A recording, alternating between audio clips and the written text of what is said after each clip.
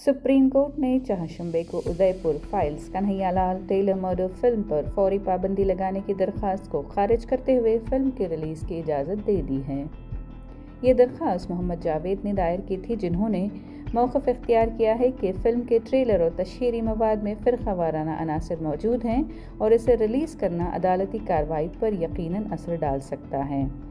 2022 में उदयपुर के दर्जी कन्हैयालाल का कत्ल मुबैना तौर पर मोहम्मद रियाज़ और मोहम्मद गौस ने किया था। मुल्ज़िमान ने इल्ज़ाम लगाया था कि मक़तूल ने साबिक़ बीजेपी लीडर नूपुर शर्मा के गुस्ताखाना बयान की हिमायत में सोशल मीडिया पोस्ट शेयर की थी। मुक़दमा इस वक्त जयपुर की ख़ुसूसी NIA अदालत में ज़ेर समाअत है। दिल्ली हाई कोर्ट ने फिल्म प्रोड्यूसर को हिदायत दी है कि वो बुध को फिल्म की सेंसर शुदा कॉपी दरख्वास्त गुजारों को दिखाएं।